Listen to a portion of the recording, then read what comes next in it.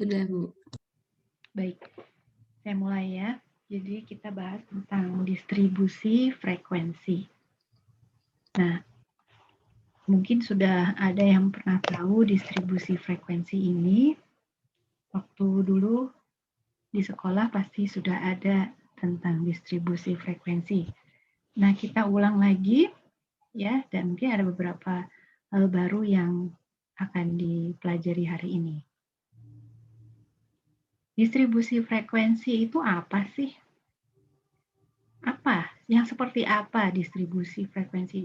Di sini tentunya ada frekuensi ya yang terdistribusi. Bagaimana maksudnya?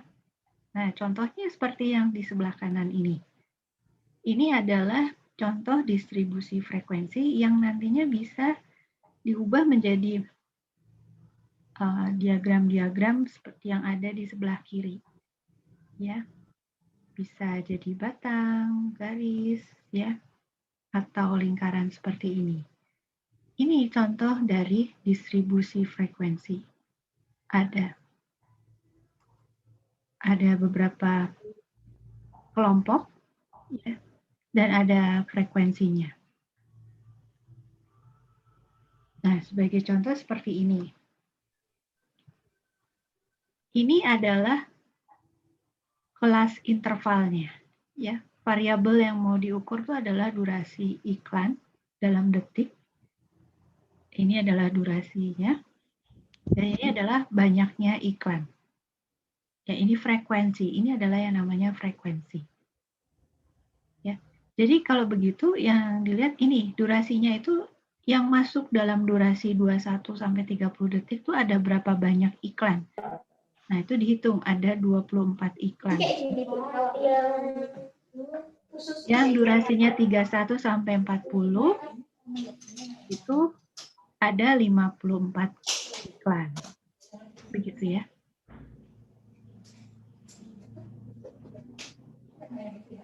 Mungkin kakak-kakak bisa langsung di mute aja, Kak. Ya. Nah, definisinya apa itu distribusi frekuensi? Kalau kita tadi sudah lihat contoh bentuknya, sebenarnya apa yang dimaksud dengan distribusi frekuensi? Distribusi frekuensi itu adalah tabulasi yang terorganisir, yang menunjukkan banyaknya individu yang berada pada setiap kategori dalam skala pengukuran. Jadi dia tuh tabulasi, ya bisa berupa tabel, grafik, ya ada kategori dan ada frekuensinya, ya, atau banyaknya individu. Tabulasi itu apa sih? Tabulasi itu adalah penyusunan menurut lajur yang telah tersedia, penyajian data dalam bentuk tabel atau daftar, ya, untuk memudahkan pengamatan dan evaluasi. Itu adalah tabulasi. Jadi, kalau yang kita lihat lagi, distribusi frekuensi ini berarti tabulasi yang terorganisir ya, yang seperti yang tadi kita lihat, ya. Terorganisir kan, ya. Datanya disajikan dalam bentuk tabel. Nah, ini struktur tabel distribusi frekuensi. Ada kategorinya, biasanya dari yang tertinggi ke rendah atau sebaliknya, dari terendah ke tinggi. Jadi, bisa yang terendah ada di bawah, bisa yang tertinggi ada di bawah. Kalau yang ini yang terendah ada di bawah. Tapi kita lihat yang tadi. Nah, yang ini yang terendah ada di atas. Ya, ini yang tertinggi. Boleh, yang penting itu urut. Ya. Kemudian di sebelahnya ini adalah frekuensinya. Jadi data 1 itu ada berapa? Ada 2. Data 2 itu ada berapa? Ada 3 gitu ya. Dan kemudian sigma dari F ini itu adalah jumlah populasi. Kalau jumlah populasi maka dia lambangnya N besar, tapi kalau ini adalah sampel maka dia lambangnya di sini adalah N kecil. Ya, itu banyaknya data. Oke, nah sekarang ini kita lihat data aslinya itu adalah 1, 2, 2, 2. 333 445 itu data aslinya. Bagaimana kita mengubahnya jadi distribusi frekuensi? Kita kumpulkan yang data 1 ada berapa? Hanya 1 kan? Jadi kita tulis 1. 2 ada berapa? 2 ada 3. Nah, jadi kita tulis 3. 3 ada berapa? Tuh 2, 3. Nah, berarti kita tulis 3 di sini. 4 ada 2. Dan 5 ada 1.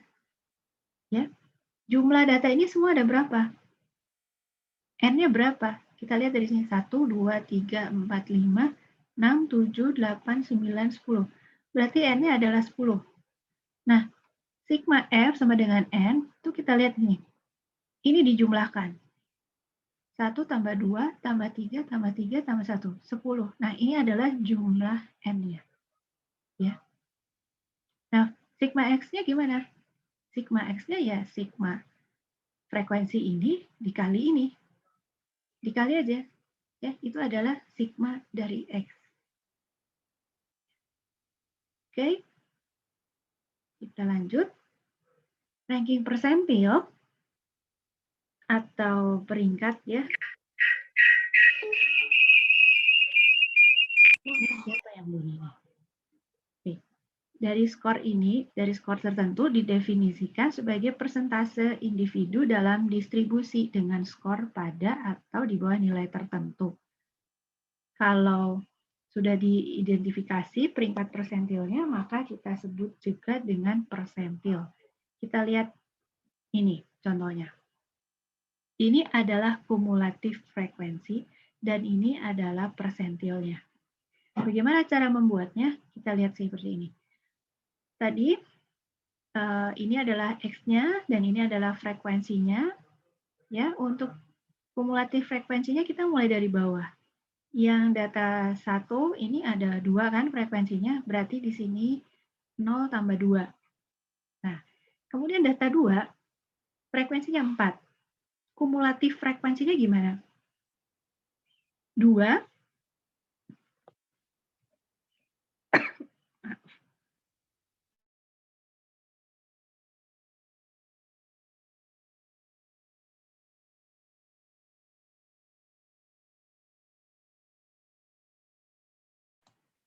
bentar, maaf. 2 ditambah 4 atau 2 ditambah 4 ini juga boleh. Ini kan pasti sama. Jadi 6. Lalu kumulatif frekuensi untuk 3 berapa? Ini dijumlah. 6 tambah 8 atau 2 tambah 4 tambah 8. Jadi 14. Kumulatif frekuensi untuk 4 berapa? Ini dijumlah. Atau 14 tambah 5. Jadi 19. Kumulatif frekuensi untuk 5 gimana? Ya, ini semua dijumlah atau 19 tambah 1 jadi 20. Jadi total datanya adalah 20. Ini sigma N.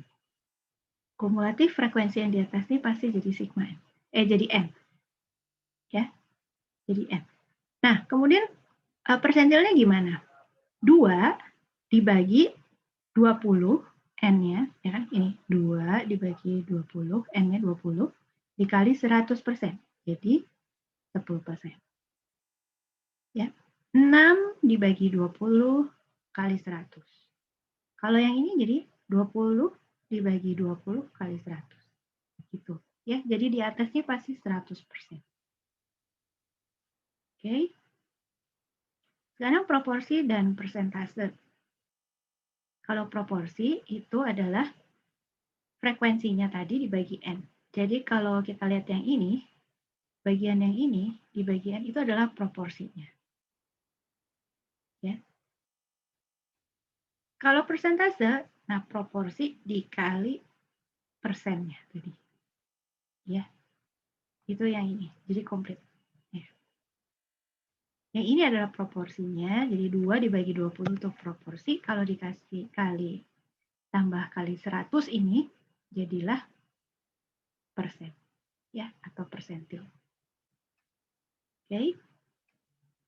Nah, ini contohnya. Kalau mau tahu proporsinya yang 1 gimana? Ya, datanya berapa? Frekuensinya 1 dibagi 10. Karena ini semua ada 10.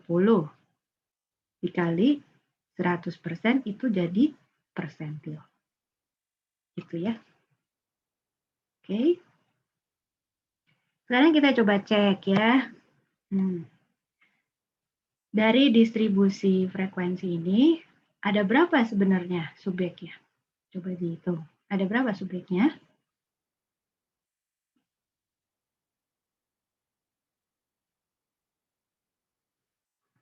Berapa subjeknya?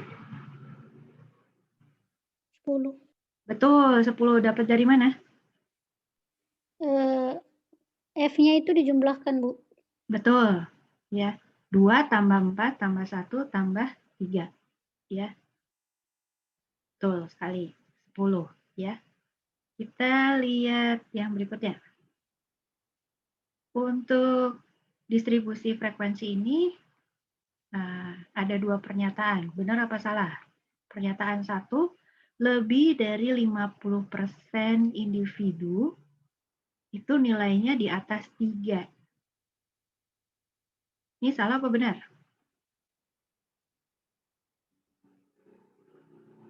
Lebih dari 50% individu skornya di atas 3. Benar nggak? Salah, Bu.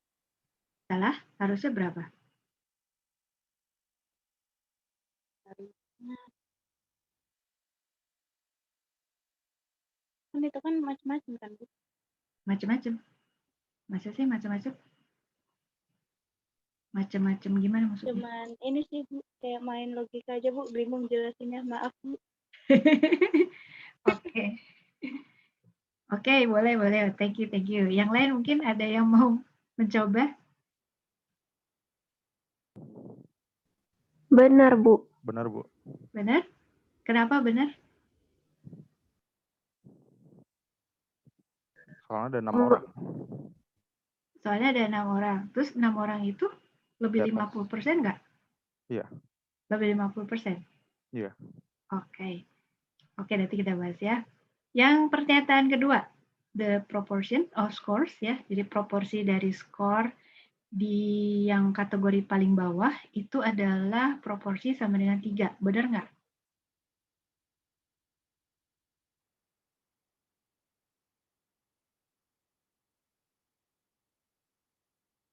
Kategori yang paling bawah tuh yang mana? Ini kan? Nah, proporsinya sama dengan 3. Benar nggak?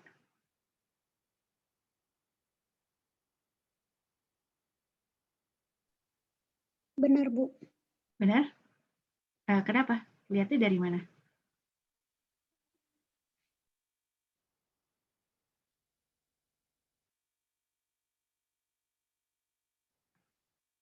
Itu dilihat dari mana sih? Dari frekuensi yang paling bawah bukan sih, Bu? Atau salah? Ini, frekuensinya. Ya. Ini angka frekuensi atau proporsi? Atau frekuensi dan proporsi itu sama? Beda, Bu. Beda, Bu. Nah, berarti kalau gitu benar nggak ini pernyataan ini? Proporsi dari kategori yang paling bawah. Kalau salah, berarti jawabannya apa? 0,3. 0,3. Oke, sekarang kita bahas ya. Nah, yang tadi jawab 6, betul-betul ya. Ini kan yang di atas 3, yang di atas 3 itu kan berarti 4 dan 5 kan? 4 dan 5 frekuensinya berapa? 6 kan totalnya. 6 dari semuanya ini, semuanya berapa? 10 kan? Benar ya? 6 dari 10 kali 100% berarti berapa semuanya di sini? 60% kan? Dan 60% itu lebih dari, nah nih, lebih dari 50%. Berarti pernyataan ini benar, lebih dari 50% individu itu skornya di atas 3. Karena di sini 60%. Ya. Terus yang kedua, yang ini proporsinya bukan 3, ini adalah frekuensi. Jadi proporsinya gimana? 3 dibagi 10, karena semuanya kan 10 kan. Jadi 0,3. Ya, itu proporsinya. Oke, sampai sini cukup jelas ya? Oke, kita lanjut ya. Sekarang bagaimana kalau datanya banyak? Kita harus bikin tabel distribusi kelompok. Ya, karena kategorinya terlalu banyak. Jadi kalau dibikin memanjang ke bawah gitu terlalu banyak sehingga kita bikin kelompok supaya lebih mudah dipahami. Hanya kekurangannya nanti akan ada informasi yang hilang, yaitu skor individunya kita nggak bisa tahu. Ya. Dan semakin lebar interval kelompok, semakin banyak informasi individu yang hilang. Oke, kita lihat aturannya. Aturan yang harus diikuti bahwa jarak intervalnya itu harus sama. Dan buatlah skor terendah itu sebagai kelipatan dari lebar interval. Yang diikuti, kelas interval itu biasanya 10 atau kurang. Kalau mau lebih, nah itu coba gunakan pertimbangan tertentu. Kemudian pilih angka yang sederhana. Ini nggak wajib, tapi sebaiknya supaya memudahkan untuk lebar interval. Maksudnya gimana? Nah ini contohnya. Kalau kita lihat, ya, ini lebar intervalnya sama semua kan? Ya, nggak ada yang berbeda. Nah ini aturan yang harus diikuti. Aturan pertama. Kemudian kita lihat. Skor terendah menjadi kelipatan dari lebar. Ya, dia kelipatan. Jadi ini yang pertama, kelipatannya gitu ya. Tuh. Ya, itu kelipatannya. Dan aturan yang boleh diikuti, sebaiknya diikuti tapi tidak wajib itu adalah ya ini, kelas intervalnya 10 atau kurang. Dan pilih angka yang sederhana untuk lebar interval. Ini angkanya sederhana ya. Nggak misalnya 21 sampai 26, terus 27 sampai, nah pusing kan? Ya, buat yang sederhana aja. Gitu. Ini yang disebut kategori dan ini adalah sigma F ya, adalah N. Oke, ini strukturnya dari distribusi frekuensi kelompok. Kalau variabelnya discrete gimana? Itu gampang. Ya, individunya skornya sama, persis sama. Ya, nggak ada perbedaan. Yang agak rumit adalah kalau variabelnya itu kontinu. Kalau kontinu, maka kita harus menggunakan real limits. Dan skor yang dicatat itu sebenarnya dibulatkan ke nilai tengah real limits itu. Apa sih real limits itu? Ya, nanti kita bahas di slide berikutnya. Individu dengan catatan skor yang sama mungkin sesungguhnya berbeda sedikit. Lain kalau discrete, individunya dicatat yang sama pasti sama. Kalau continue itu mungkin berbeda sedikit. Contohnya seperti ini. Mari kita lihat ya. Nah, kalau dulu kita di SD ya, ukur pakai penggaris. Dapatnya 150. Itu sebenarnya data sesungguhnya kemungkinan nggak persis di garis 150. Benar nggak? Ya, kadang mundur, kadang maju dikit, tapi karena garis yang kita punya di penggaris itu ada di sini, ya, maka kita tulis saja dia 150. Padahal mungkin datanya itu sebenarnya 149,6 atau 150,3. Nah, 150 real limits-nya itu adalah ini, 149,5 sampai 150,5. Ini real limits-nya. Data yang kita catat itu 150, jadi waktu kita catat belum tentu sama. Ya. Waktu orang itu ditulis, kamu datanya 150, belum tentu sebenarnya orang itu tuh datanya benar-benar 150. Bisa aja sebenarnya dia itu 149,6 atau 149,8 gitu ya, tapi di antara ini. Itu real limits. Kadang juga kayak kita naik di timbangan badan gitu ya. Angka timbangan badan menunjukkan angka misalnya 30, padahal belum tentu beratnya persis 30. Mungkin 29,8 gitu ya, atau 30,2. Tapi karena nggak ada di catatannya di timbangan, jadi kita tulisnya 30. Gitu ya. Itu yang namanya real limits. Sampai sini ada, kalau ada pertanyaan bisa ditulis di chat ya. Nah, kemudian variabel kontinu dalam distribusi frekuensi atau distribusi frekuensi kelompok, ya, itu artinya gimana? Kalau dia masuk di dalam kelompok, berarti batasnya itu harus 1 unit, lebih kecil dari batas nyatanya, ya, supaya dia nyambung. Oke, sampai sini dulu.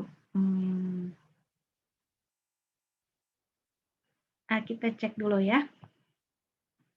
Satu kelompok distribusi, di satu distribusi frekuensi kelompok, ya, punya kategori 0 sampai 9, 10 sampai 19, 20 sampai 29, dan 30 sampai 39.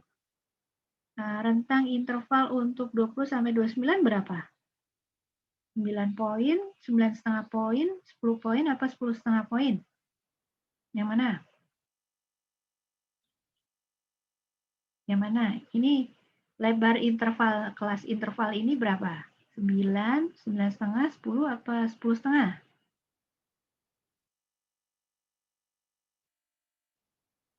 Yo, berapa?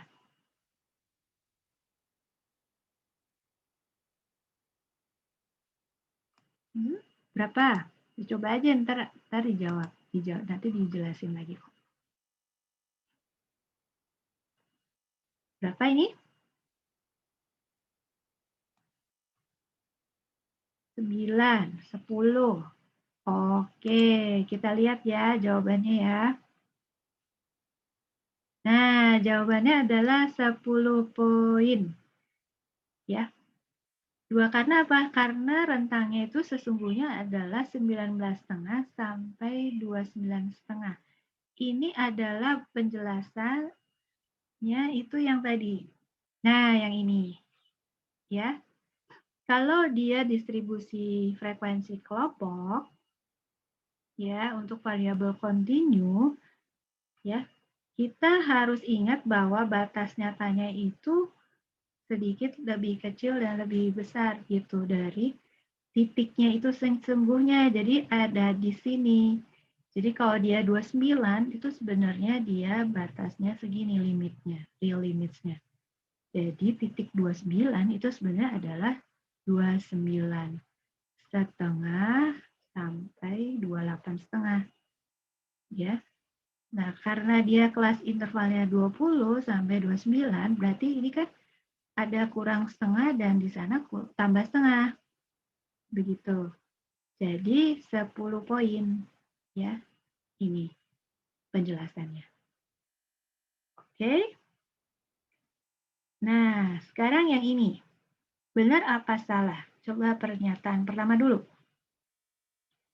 Kita bisa menentukan banyaknya individu dalam yang memiliki skor tertentu untuk tabel distribusi frekuensi. Ini bukan yang kelompok ya, tabel distribusi frekuensi yang biasa. Bisa nggak kita tentukan individu yang punya skor tertentu itu ada berapa orang? Bisa nggak?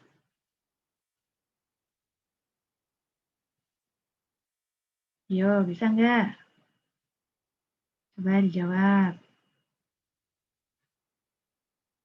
Pernyataan yang kedua ini coba sambil dibandingkan ya. Kita bisa menentukan banyaknya individu yang punya tiap skor tuh ya dari distribusi frekuensi kelompok. Nah, kalau ini distribusi frekuensi biasanya yang ini kelompok. Nah, yang ini sama yang ini mana yang benar? Ini benar nggak? Yang pertama. Ayo, dicoba, dijawab. Bu, saya mau jawab. Silakan. Menurut saya yang benar itu pernyataan yang pertama. Soalnya kalau pernyataan kedua tadi kan yang grup itu apa frekuensinya udah dijumlahin gitu bukan? Oh, gitu. Jawabannya sih sebenarnya benar. Ya. Yang ini benar, yang ini salah.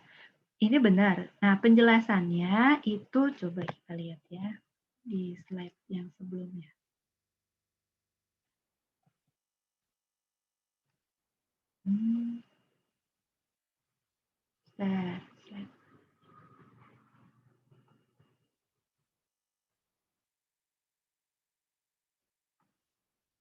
Nah, kalau yang ini kita bisa tahu skor 5 itu ada berapa?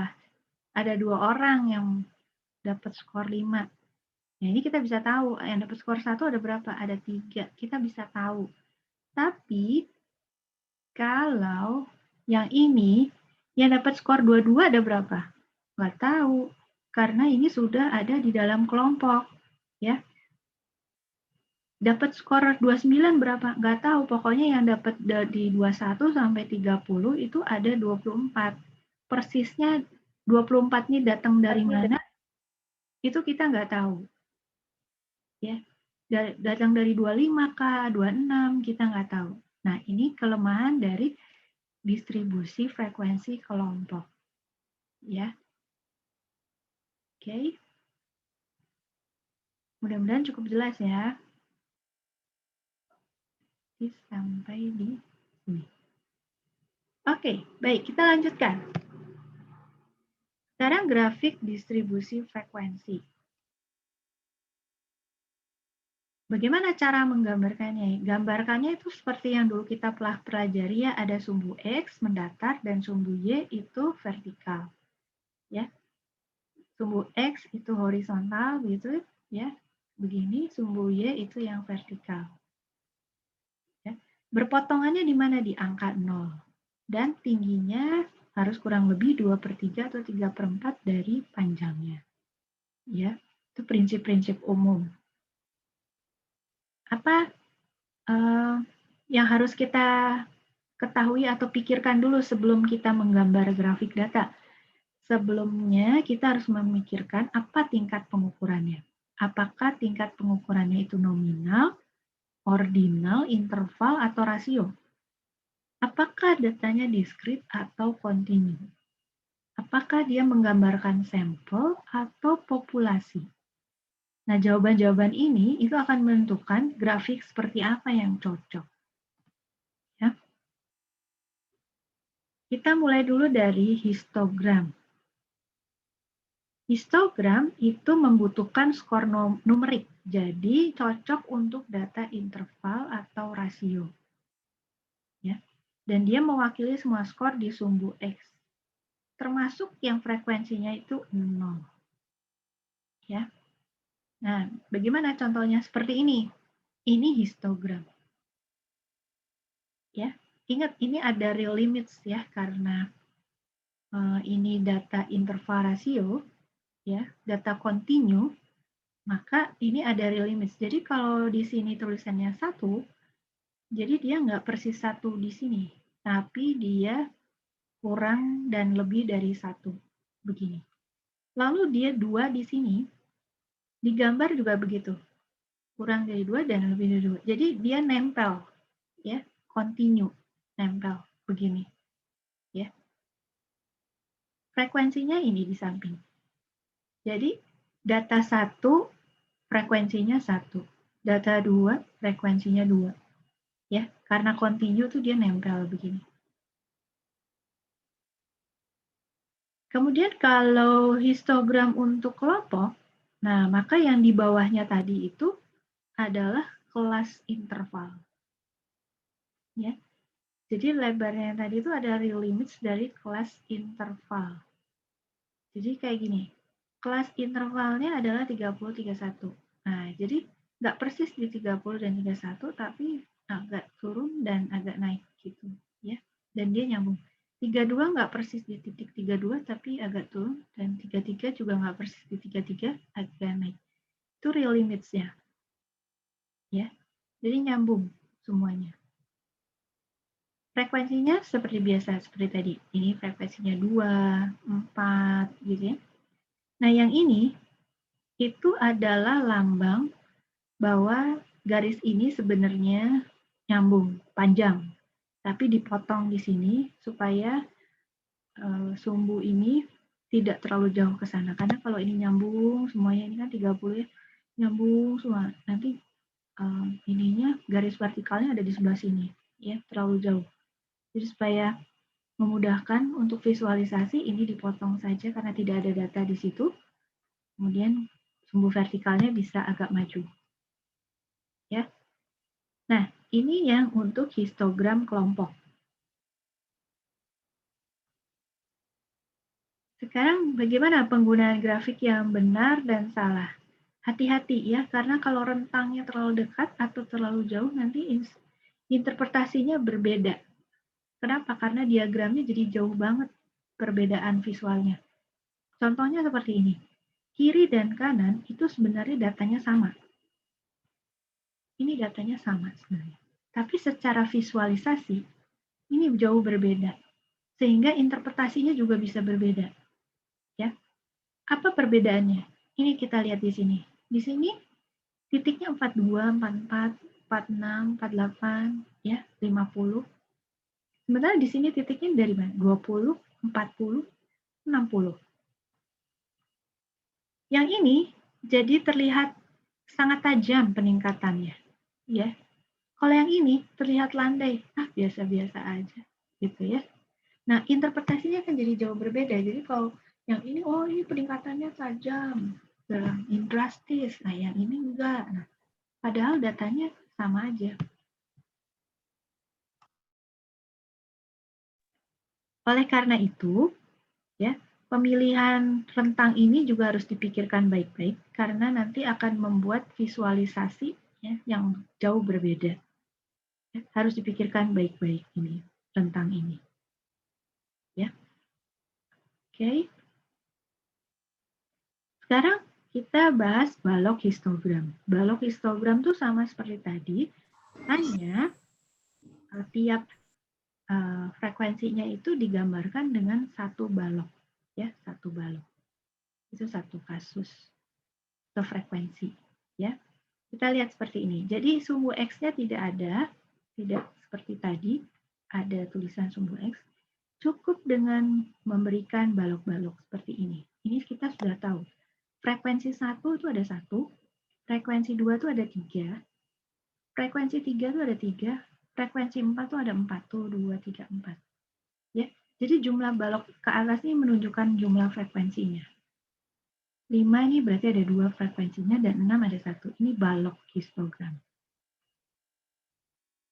Ya. Oke, kita lanjut. Sekarang yang bentuk yang lain adalah poligon. Kalau poligon itu kita buat titik-titik, ya.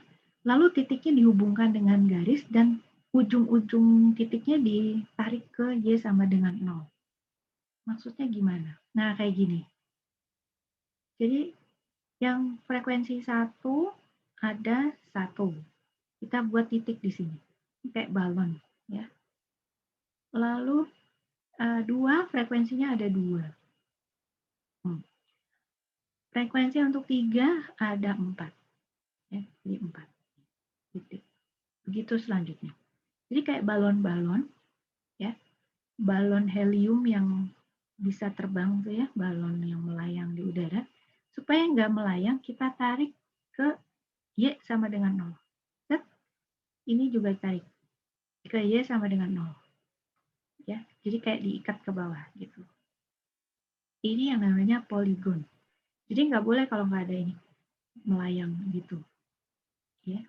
Oh, bayangkan mereka ini adalah balon-balon helium gitu ya, supaya nggak terbang diikat ke bawah. Itu poligon. Nah, kalau poligonnya kelompok, ya berarti di antaranya jadi 4 sampai 5, ya, nggak persis di 4, nggak persis di 5, jadi di antaranya ini, ya, ada 2 frekuensinya, terus 6, 7, nah di antaranya, 6, 7 di antaranya, ya, ini untuk yang kelompok, 8, 9, nah, begitu ya. Kemudian jangan lupa tarik ke bawah, ikat ke bawah, ke Y sama dengan 0. Gitu. Ini yang namanya poligon. Ini untuk kelompok. Ya. Oke, nah sekarang kalau untuk data nominal atau ordinal gimana? Kalau tadi kan interval rasio ya, atau datanya numerik. Kalau ini gimana? Kita pakai grafik batang aja, mirip sama histogram, tapi nggak ada urutannya di sumbu X-nya. Ya. Lebarnya juga nggak perlu diukur. Kalau tadi kan harus mepet-mepet gitu ya, ini enggak. Nah, kayak gini. Tipe kepribadian. Jarak ini boleh suka-suka. Jauh, dekat, karena dia tidak ada kaitannya dengan itu. A, B, C. Mau dibalik dulu C, B, A. Boleh. Nah, ya itu jenis grafik batang itu seperti ini. Beda dengan histogram. Tadi kan harus mepet ya. Ini sama ini. Bagian ini adalah frekuensinya. Contoh lain ini nggak ada angkanya, cuma relatif lah. Perempuan lebih tinggi dari laki misalnya. Ini mau dibalik laki-laki dulu, perempuan di sebelah sini juga boleh. Ya, itu untuk nominal dan ordinal. Atau ini, diagram lingkaran. Ya, mau warna apa aja dulu terserah. Ini adalah penduduk di Amerika. Yang keturunan Hispanik, yang keturunannya warna kulit putih, yang Afro-American, ya, yang Indian American, dan yang dari Asia Pasifik, ya, ini yang dari daerah lain, ya. Ini mau diganti warnanya terserah. Ini diagram lingkaran. Ini untuk nominal dan ordinal. Oke. Nah, sekarang bagaimana kalau mau menggambarkan populasi? Kalau mau menggambarkan populasi, kita bisa menggunakan kalau populasinya kecil ya kita pakai aja setiap anggota untuk bikin histogram. Tapi kalau populasinya besar, itu nggak mungkin kita bikin satu-satu gitu ya. Akhirnya kita bikin apa? Grafik saja. Dan jadinya apa? Kurva. Itu untuk populasi. Karena besar sekali. Kurva. Kurvanya gimana? Kalau dia disebut kurva normal, maka dia bentuknya simetri. Simetri frekuensi terbesar di bagian tengah dan kanan kirinya itu sama persis strukturnya. Nah, kayak apa? Kayak gini. Ya, ini gambar untuk kurva populasi. Misalnya nih untuk IQ. Ya. Frekuensinya berkumpul di tengah yang terbanyak. Ya, yang terbanyak di tengah. Lalu simetri, kanan dan kiri sama. Dan strukturnya sama, ini menurun seperti ini juga begitu. Jadi kayak cermin. Ya. Semua variabel kalau dibuat pengukuran untuk populasinya itu akan membentuk kurva seperti ini. Makanya disebut sebagai kurva normal. Ya. Ini untuk populasi. Kemudian bentuk distribusinya itu biasanya tidak digambar kalau peneliti, karena kalau menggambar akan menghabiskan tempat. Jadi kita biasanya tulis saja ya dengan kata-kata. Apakah distribusinya itu simetri atau menceng? Normal atau menceng? Kalau normal gambarnya seperti tadi, tapi kalau menceng kita lihat ekornya ada di mana. Ya, terus skor tertingginya ada di sebelah mana, kiri atau kanan? Gimana maksudnya? Kayak begini. Ini distribusi normal, ya, simetri. Ini juga simetri, tuh. Tapi ini bukan distribusi normal karena apa? Karena titik puncaknya ada lebih dari satu. Ya, walaupun simetri, ini bukan distribusi normal. Kalau distribusi normal, titik puncaknya harus ada satu saja. Nah, ini menceng. Ya, kita lihat di sini. Data berkumpul di sebelah kiri, lalu ada yang ekstrim, skornya di sebelah kanan. Karena ekstrimnya di sebelah kanan, dinilai positif, maka namanya positive skew, atau menceng positif, atau menceng kanan. Ya, contohnya apa? Kalau soal ujian tuh susah banget ya, nilainya kebanyakan tuh rendah. Maka datanya berkumpul di sebelah sini. Tahu-tahu ada satu orang yang nilainya ekstrim kanan, ya sangat tinggi, dapat 100 misalnya. Nah, dia ada di sini. Nah, ini jadilah distribusinya menceng, begini. Menceng kanan atau menceng positif. Kalau yang ini, kebalikannya. Ya, orang kebanyakan di nilai positif, ada orang-orang yang ekstrim tapi sedikit nilainya di negatif, makanya namanya negatif skew. atau menceng negatif atau menceng kiri. Ya. Ini contohnya gimana? Contohnya soal ujian. Gampang banget. Ya, banyakan orang benar, bagus nilainya. Ada satu yang nggak belajar tiba-tiba ikut ujian. Jadilah nilainya jelek. Nah, grafiknya ketarik ke kiri. Jadinya menceng negatif. Gitu. Ya. Oke, kita lanjut. Nah, coba kita jawab dulu. Bentuk yang ada di sini ini namanya bentuknya apa? Yang apa tadi? A, B, C, D? Ini. Yang C. Yang B. Yang E nggak ada E. Yang mana? C. C. C. Oke. C ya. Kita lihat. Betul sekali. C. Ya, kenapa? Karena ujungnya atau ekornya ada di nilai positif. Ya. Makanya disebutnya positively skewed. Oke, bagus. Lanjut ya. Coba, ini benar atau salah? Benar nggak kita pakai histogram untuk menggambarkan status perkawinan? Status perkawinan itu kan sendiri atau nggak menikah, bercerai, gitu. Kalau yang ini, benar nggak kita pakai histogram untuk menggambarkan waktu yang anak-anak luangkan untuk bermain dengan anak lain? Nah, ini benar apa yang ini yang benar? Yang mana yang benar?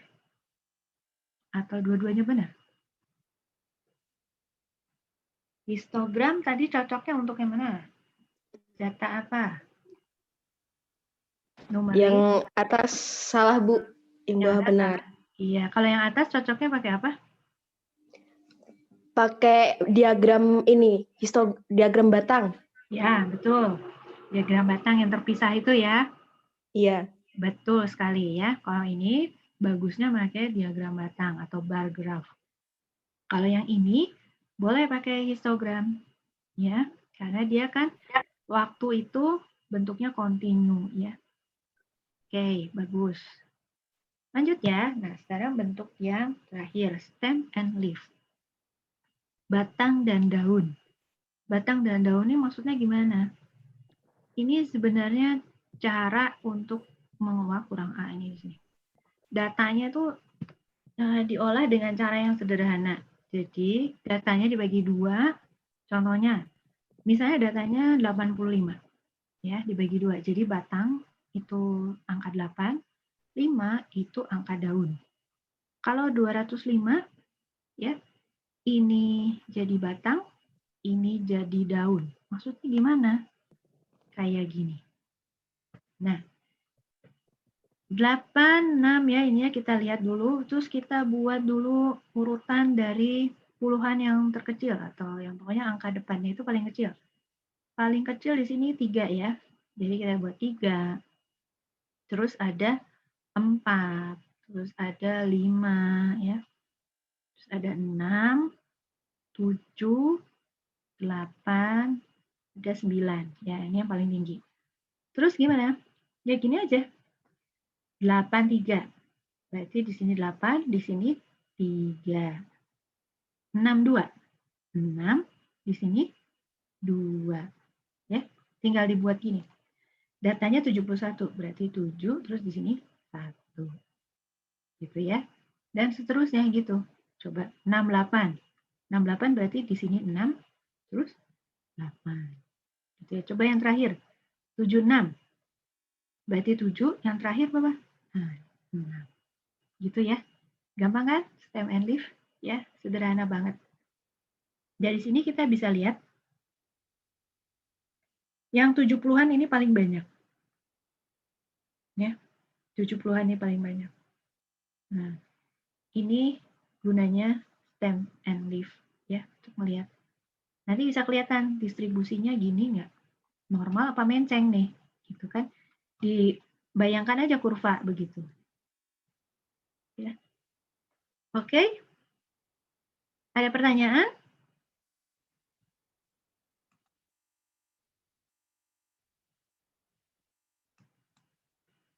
Barangkali ada pertanyaan?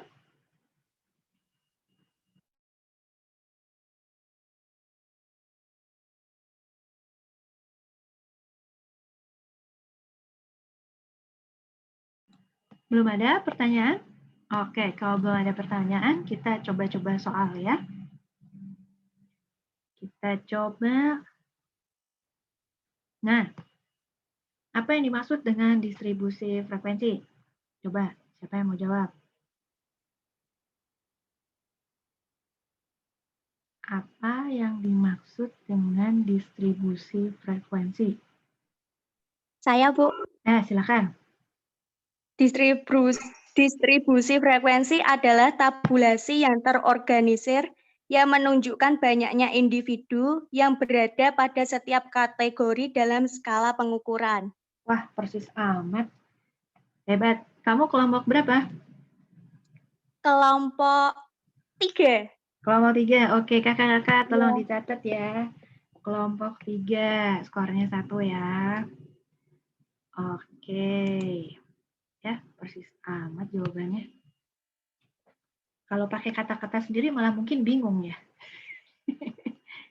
Boleh loh pakai kata-kata sendiri ya. Pertanyaan berikutnya, arti F itu apa? Ya, Bu. Silakan. Frekuensi bukan, Bu. Iya, betul. Kelompok berapa? 5, Bu. Kelompok 5. Kakak-kakak udah dicatat kan? Kakak Vini, kakak siapa yang tadi? Catherine ya? Udah, Bu. Ya. Catat ya. Oke, frekuensi benar. Berikutnya, jenis grafik apa yang cocok untuk menampilkan jenis data interval dan rasio? Jelaskan mengapa.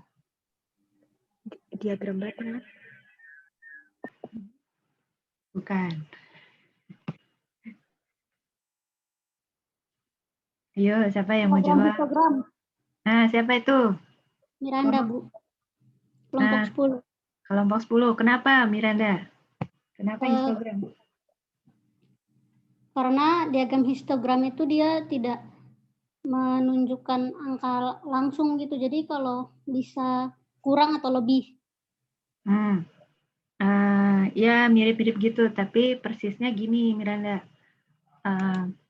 Dia itu datanya numerik. Ya, kalau data numerik itu bagusnya pakai histogram. Oke, boleh dicatat tadi kelompok 10 ya, Miranda? Iya, Bu. Oke, sip. Good. Lanjut ya. Oke. 4. Sebutkan 3 karakteristik yang sering digunakan untuk mendeskripsikan sebuah distribusi. Ayo, belajar. Yang tadi, yang normal, menceng itu loh. Karakteristiknya apa aja? Ada 3 yang utama. Yo, siapa yang bisa?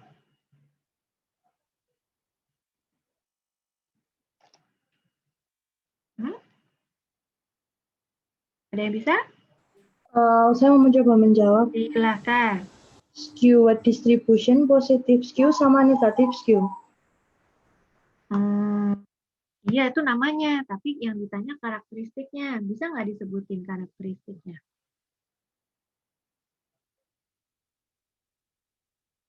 Nah, ini tadi memang dijelasin aja ya. Itu apa sih? Bentuknya gimana? Bentuknya itu simetris atau enggak? Itu karakteristik pertama, ya kan? Terus yang kedua, pemusatannya di mana? Pusatnya di tengah, itu yang normal tadi kan? Atau yang pusatnya agak ke kiri, itu yang apa? Positif apa negatif? Yang pusatnya agak di kiri? Negatif, Bu. Yang pusatnya di kiri yang positif dong. Ingat nggak yang tadi? Pusatnya di kiri, itu ekornya di kanan. Ekornya di kanan. Itu positif ya. Kalau pusatnya di kanan, ekornya di kiri, itu yang mana? Negatif. Nah, yang negatif ya. Good. Terus variasinya ya. Variasinya itu lebar apa kecil. Kalau yang tadi itu ada titik puncaknya 2, nah itu kan variasinya ke kanan dan ke kiri ya. Terus kalau yang negatif atau positif skew itu variasinya itu kan dia ke ujungnya panjang di satu ujung. Ya. Jadi 3 karakteristik itu bentuknya simetris atau enggak. Ya, pusatnya di mana? Di tengah, di kiri, di kanan, atau 2 pusatnya. Kalau 2 berarti kayak gunung 2 tadi, gunung kembar. Dan variasinya, ya, variasinya. Ya, di bahasa Inggrisnya shape, central tendency, dan variability. Ya, ini materi minggu depan nih, central tendency sama variability. Oke, sekarang sebutkan karakteristik dari distribusi normal. Aduh, baru aja sih ngomongin ya. Apa? Karakteristiknya apa distribusi normal?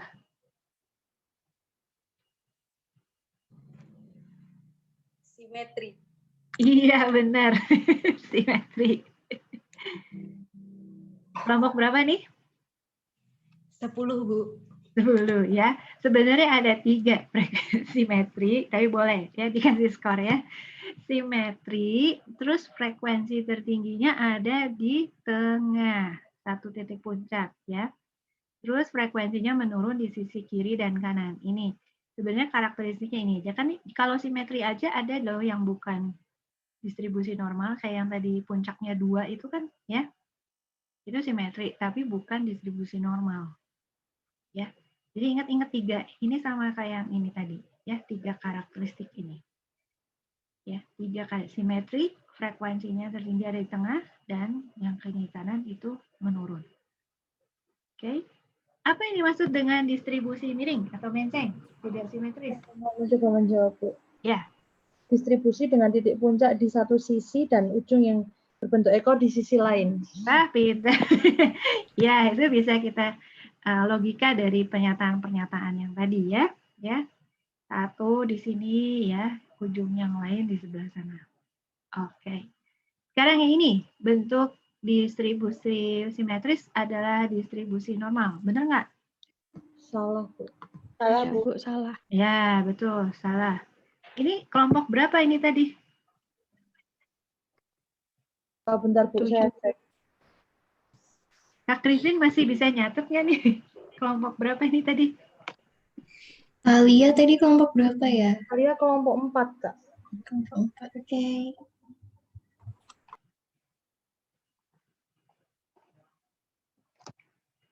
Berarti lanjut ya, Kak ya? Lanjut, Bu. Oke. Nomor 8. Apakah distribusi di bawah ini bisa disebut distribusi normal?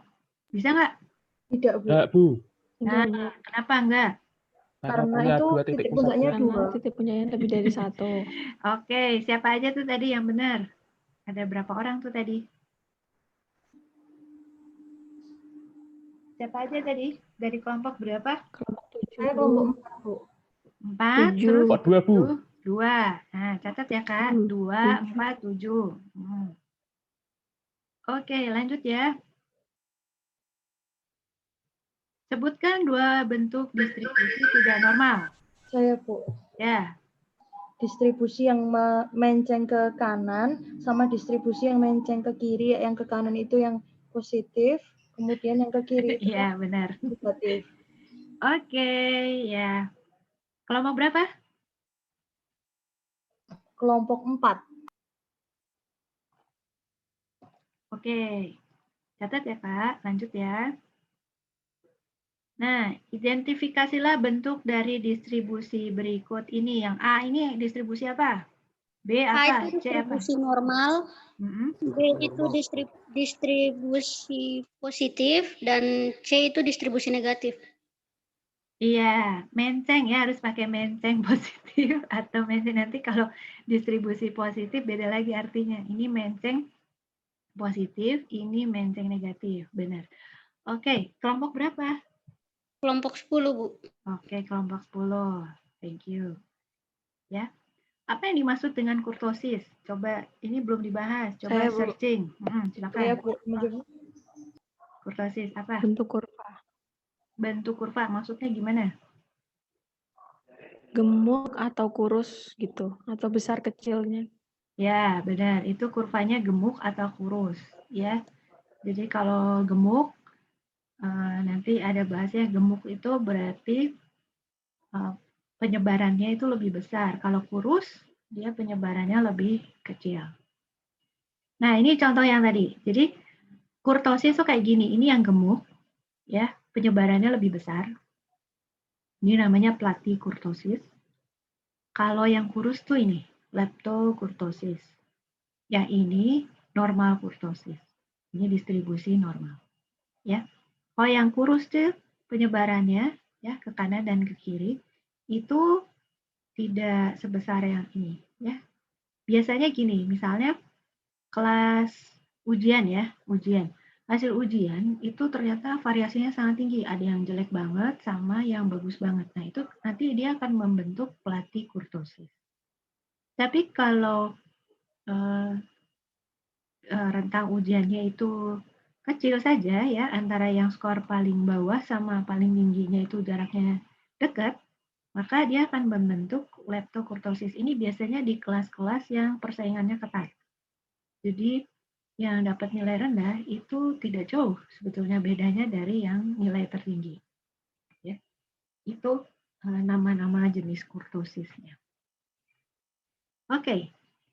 Pertanyaannya, apa kira-kira penyebab suatu set data bisa membentuk distribusi seperti A, B, dan C? Nah, ini tadi. A, B, dan C. Kenapa dia bisa membentuk seperti A, B, dan C? Silakan. Siapa yang mau coba?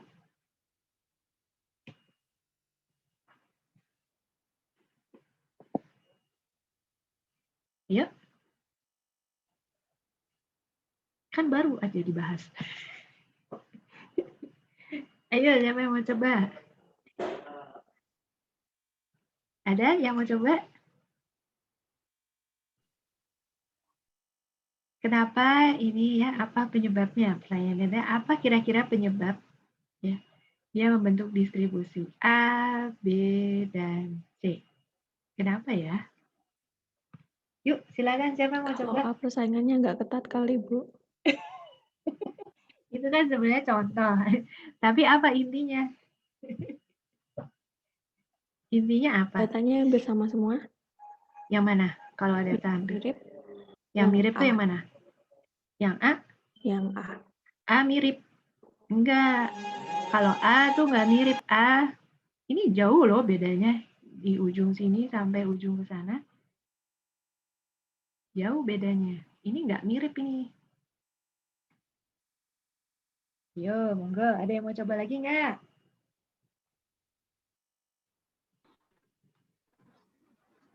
Yuk, siapa lagi? Selisih data, Bu. Selisih data, kenapa selisihnya?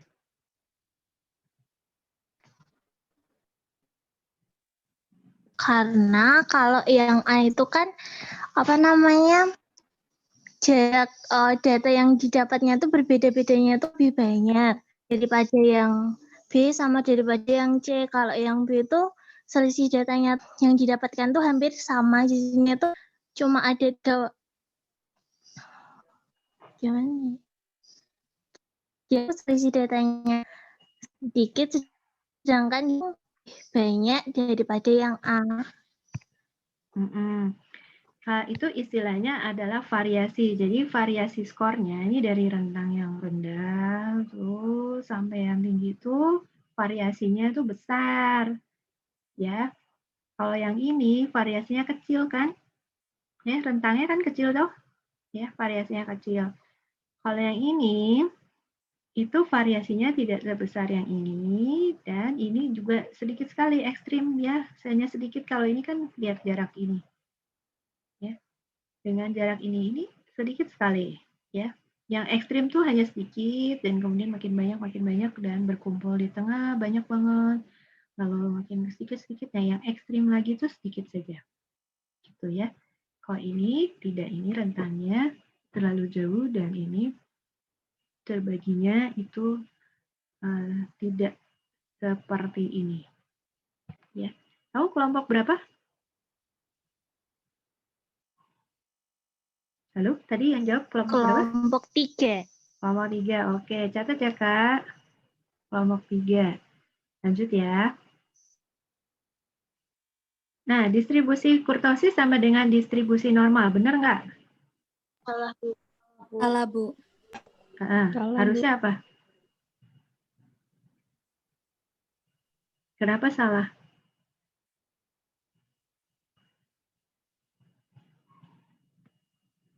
Ayo, kenapa salah? Karena kalau ini nyoba aja ya, Bu. Karena kalau kurtosis itu bisa beda-beda gitu, Bu. Datanya.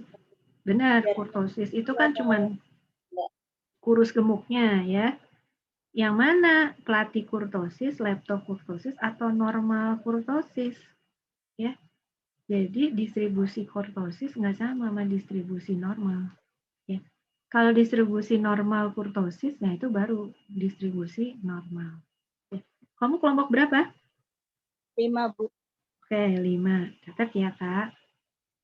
Oke, bagus. Lanjut ya. Apa yang dimaksud dengan persentil? Percentile rank.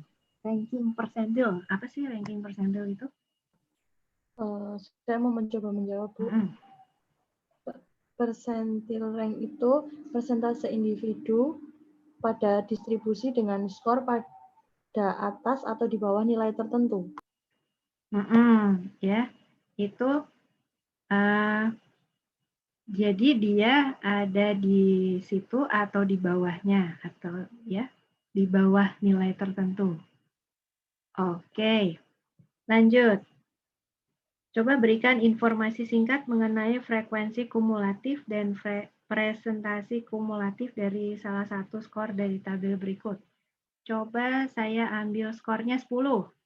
Frekuensi kumulatifnya berapa? Presentasi kumulatifnya berapa?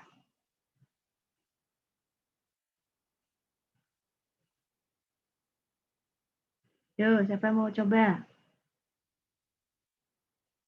Frekuensi kumulatifnya 10 berapa?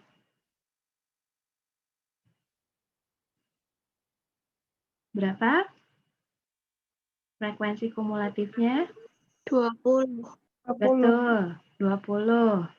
Berapa presentasi kumulatifnya? 100. Ya, betul. Jadi kelompok berapa aja yang jawab? 10, Bu. Kelompok 10 yang ini? 3.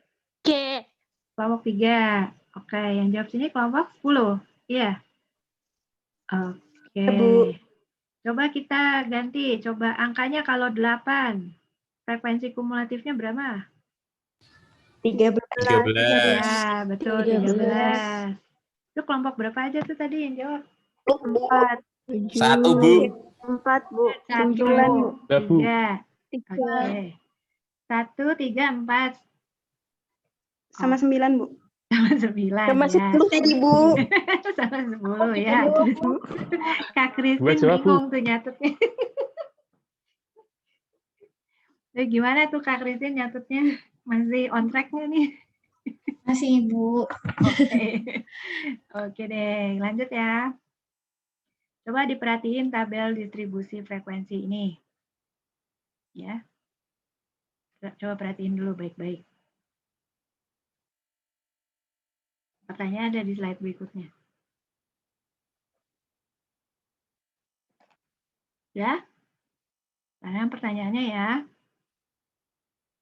Persentil ke-80 itu yang mana? 9, Bu. Ya, betul. Kamu kelompok berapa? 7, Bu. Kelompok 7, oke. Persentil ranking persentil dari skor 7. X sama dengan 7. Berapa? 10, Bu. 10, Bu. 10, Bu. 10, Bu. 10. Kenapa 10? Iya, betul. Dilihat dari sini ya. 10. Lanjut ya. Persentil rank dari skor X sama dengan 10. 100, Bu. 100, Bu. 100. Ya. Ini kelompok berapa aja yang jawab Kak Kristin? 7, Bu. 11, Bu. 1. Kelompok 1. 7. Oke, Kak Christine bingung nggak nyatetnya? Enggak kan? Enggak, Bu. 7, Bu. Oke. 10, Lanjut ya. Bu. Lanjut ya. Apa arti dari skor X sama dengan 9 memiliki frekuensi kumulatif sebesar 8? Artinya apa? X sama dengan 9 memiliki kumulatif frekuensi sama dengan 8. Mau coba jawab, Bu. Silakan. Ini 8 dapat dari mana? Karena dihitung dari yang 7 tadi, itu frekuensinya kan ada 1 ditambah 3, terus ditambah 4. Hasilnya 8. Benar nggak, Bu? Benar, itu cara ngitungnya. Artinya apa? Artinya apa? Di satu baris dulu lah. Artinya, itu cara ngitungnya benar banget. Artinya apa? Dia sama dengan 8, artinya kumulatif frekuensi 8, artinya apa?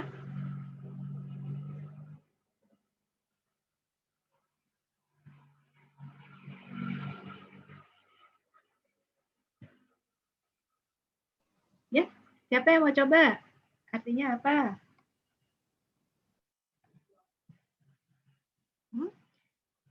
Memiliki frekuensi kumulatif sebesar 8. Artinya apa? Kalau di sini 8, berarti artinya apa? Benar, ini dijumlah dari yang ini. Artinya apa? Yuk, siapa yang mau mencoba?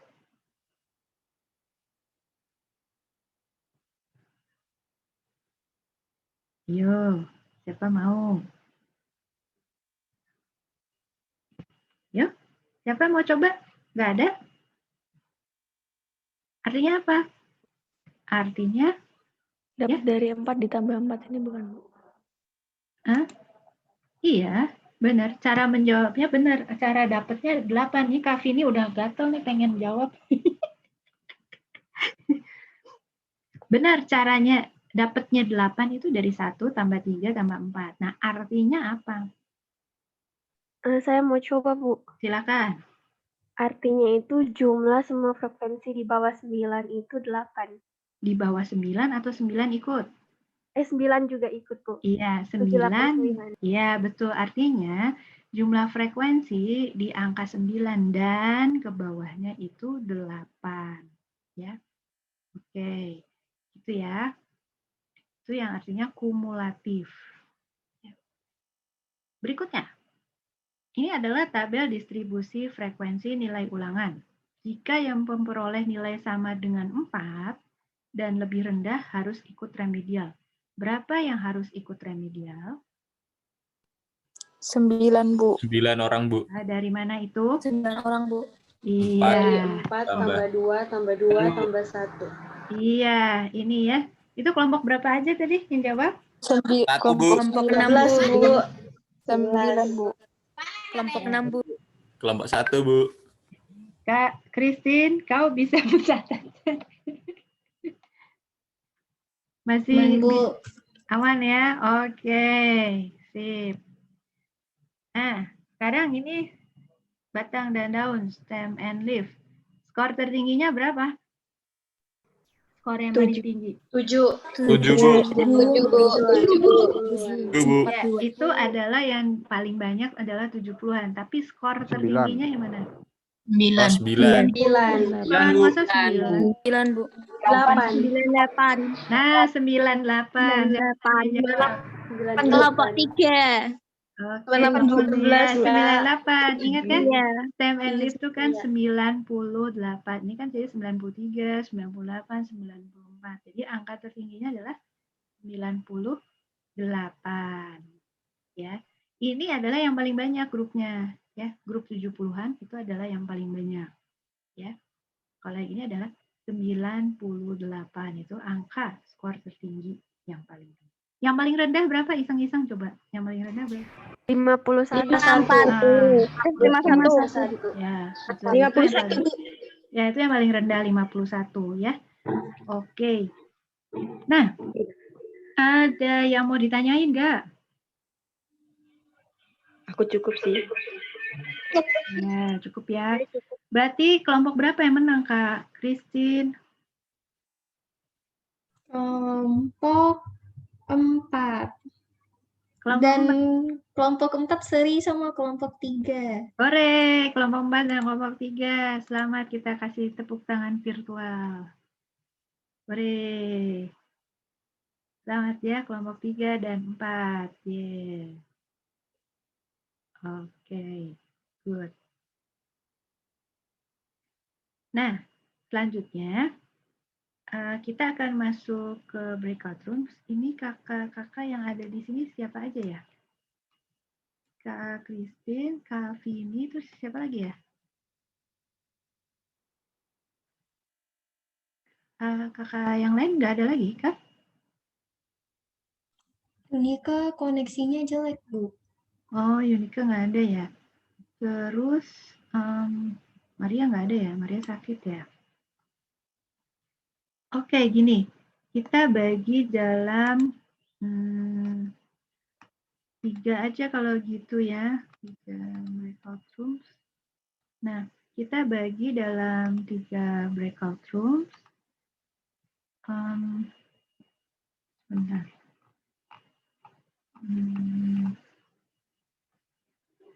Okay.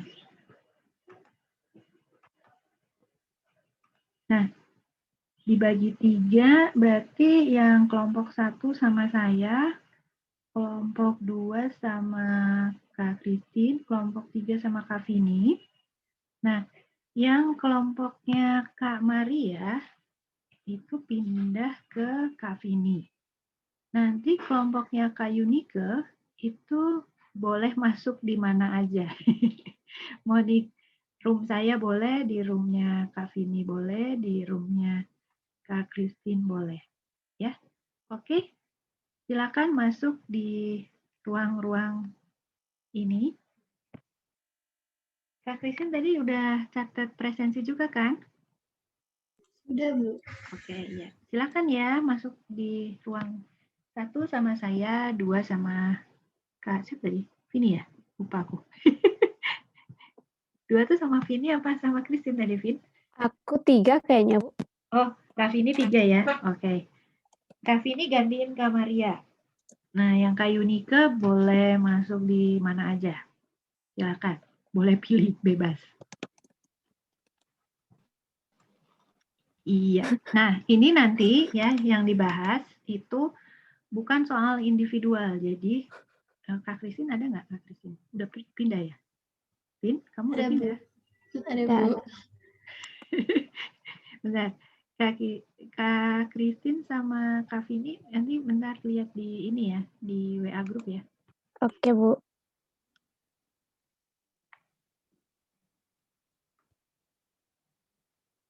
Mana ya?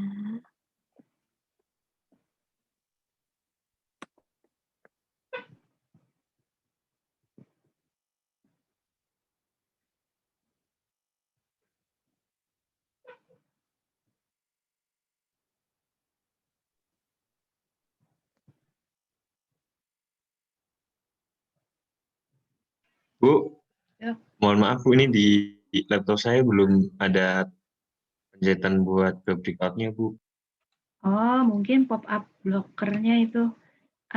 Chat aja mau pindah kemana.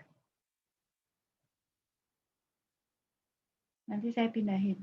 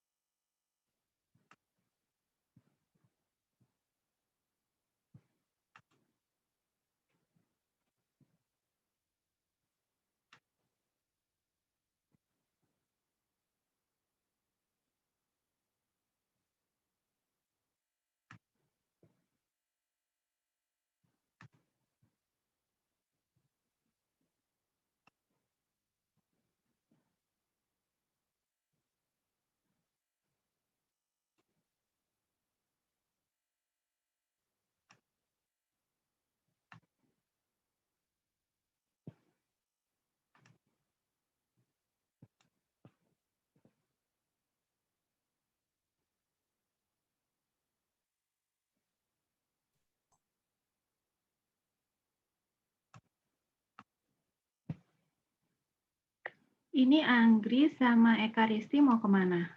Saya belum ada itunya pop-up-nya. Iya, tulis aja chat, nanti saya yang pindahin. Mau kemana? Room 3, Bu. Ini yang mau room 3 yang mana? Anggri atau Eka Risti? Anggri. Anggri, oke. Room 3 ya. Eka Risti mau kemana? Halo Eka Risti. Kamu mau kemana?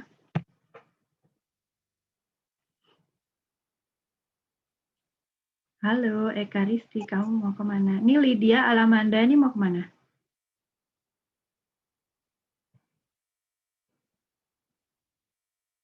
Halo Lydia. Lydia udah bisa pindah sendiri?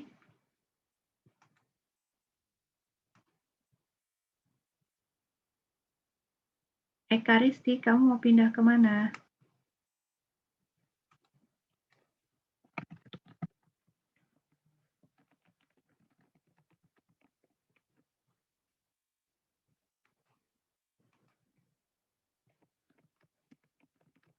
Halo Eka Risti.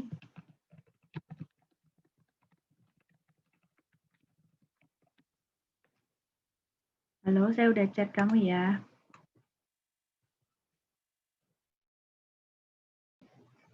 Halo semua.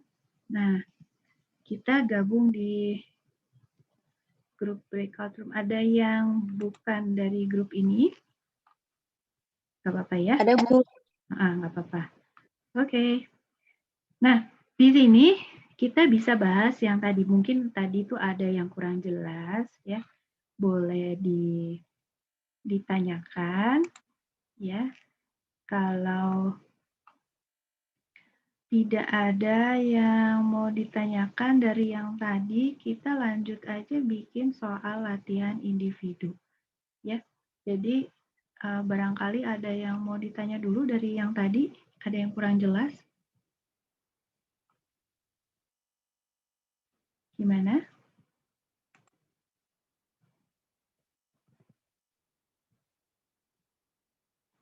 Kalau nggak ada, ini link soalnya. Bisa diunduh dulu ya. Kita kasih di sini. Di chat ya. Lihat di chat itu ada link soal. Bisa diunduh dulu. Terus dicoba. Ada soal yang tadi juga. Ya.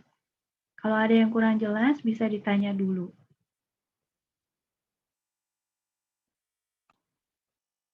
Apakah sudah kelihatan F-Learn-nya? Sudah, Bu. Sudah, Bu. Nah, tugasnya itu nanti Anda masuk di F-Learn. Satu orang aja yang unggah ya, nggak usah semuanya. Terus ada klik ini, pengantar statistika. Lalu di sini ada bagian yang namanya Add Submission, ini diklik ya, Submission. Nah, kemudian di sini ada gambar rantai, ya. Gambar rantai ini diklik, ya. Jangan lupa ini ada gambar rantai, diklik. Lalu masukkan tautan YouTube-nya, ya. YouTube-nya, link YouTube-nya masukkan di sini. Misalkan ini, ya. Misalkan ini, YouTube-nya ini. Terus di create link. Nah, nanti dia akan jadi seperti ini. Lalu klik Save Changes. Jangan lupa ini. Jangan lupa ini diklik. Ya. Nah, kalau dia sudah terunggah, nanti dia akan terlihat seperti ini. Ya. Misalnya seperti ini. Jadi ada videonya di sini. Ini kalau sudah muncul seperti ini, berarti benar sudah terunggah. Gitu. Ya. Terus nanti submit assignment. Ya, jangan lupa submit assignment. Jadi kalau sudah disubmit, nanti nggak bisa diubah lagi. Ya, kalau masih mau diedit, bisa diklik di sini, diedit. Gitu ya. Oke. Untuk kode masuk ke F-Learn-nya itu adalah sebentar. Saya kopikan, nanti saya kirim di WA grup ya.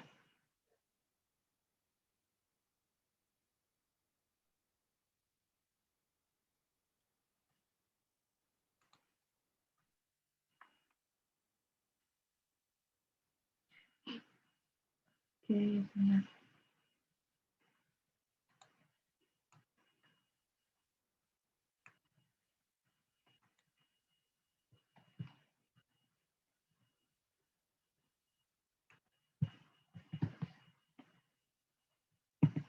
Nah, kodenya sudah saya kirim di WA Group.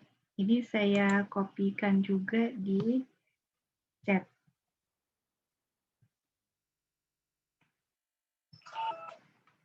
Ya, nah nanti yang mau PPT-nya sudah saya unggah juga, bisa buka di link yang kemarin ya. Ada di Google Drive, itu ada PPT bab 2. Ya, bisa untuk belajar lagi. Nah, tugas silakan dikumpul di emailnya asisten atau pendampingnya masing-masing.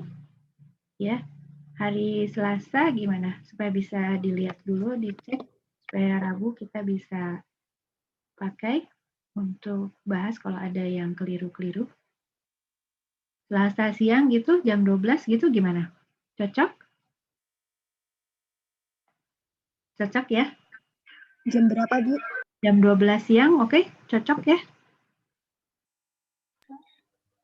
Gimana? Selasa. Mungkin boleh harus kalau misalnya sore gitu, Bu, biar pas semuanya misalnya udah selesai kelas semua gitu, Bu. Oh gitu. Kalau sore Iya, nanti kasihan saya soalnya besoknya udah jam 7 pagi udah ngajar lagi. Jadi nanti pasti sore sampai malam pasti persiapan buat besoknya. Kalau nggak keberatan, siang aja ya. Jadi kalau bisa dikirim hari Senin, kirim aja hari Senin. Gimana? Oke? Baik, Bu. Ya. Baik, Bu. Oke ya. Baik, Bu. Nah, kalau bisa kirim hari Senin lebih bagus. Tapi kalau nggak bisa, Selasa pagi atau sampai Selasa siang gitu ya. Oke, baik. Kalau begitu kita tutup saja pertemuan hari ini. Ibu, Yes. mau tanya. Iya, silakan. Kalau untuk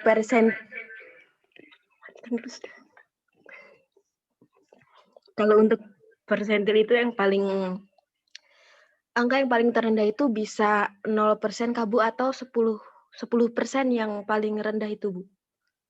Kalau persentil itu tidak bisa 0. Kalau 0 berarti datanya tidak ada.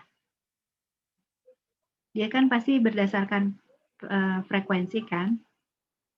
Dan frekuensi itu kan minimal 1 kan.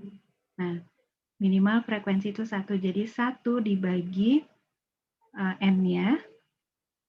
Nah, kali 100. Jadi nggak mungkin 0. Kalau 0 berarti frekuensinya 0. Nggak mungkin kan?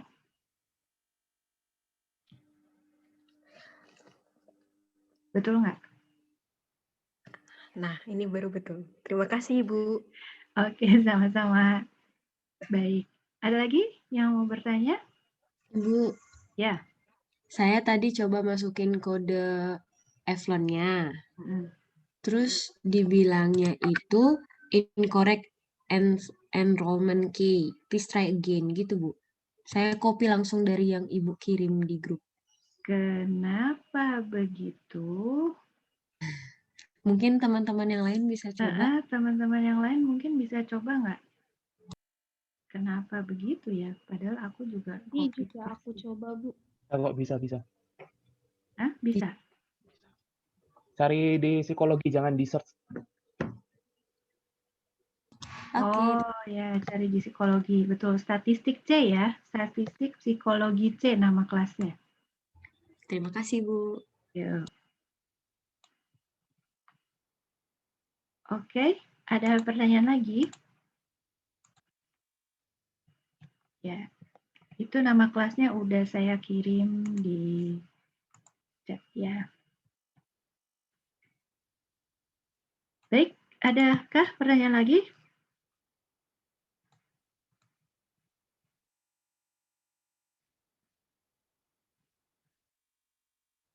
Baik, kalau tidak ada, apakah ada yang bersedia pimpin doa penutup?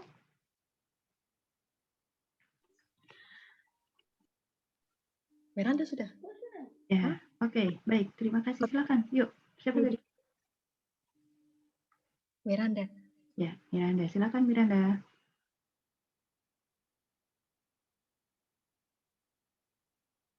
Baik, mari Ibu dan teman-teman juga ke Kasdos, kita satukan hati untuk berdoa. Selamat sore Allah Tritunggal Maha Kudus. Terima kasih karena Engkau telah membimbing kami dari awal perkuliahan hingga pada kami selesai perkuliahan ini. Tuhan, kiranya apa yang diberikan oleh dosen kami dapat kami ingat, dapat kami pelajari kembali, sehingga itu menjadi ilmu yang berguna buat kami. Tuhan, ini saja doa kami dengan pengantaran Kristus Tuhan kami. Amin. Amin. Terima kasih. Sampai jumpa minggu depan ya. Dah. Selamat sore, Bu. Ya. Terima kasih. Terima kasih, Bu. Selamat sore. Terima kasih, Bu. Selamat sore. Thank you. Terima kasih, Bu. Terima kasih, Bu. Iya. Terima kasih, Bu. Terima kasih, Bu. Terima kasih, Bu. Live meeting. Terima kasih, Bu.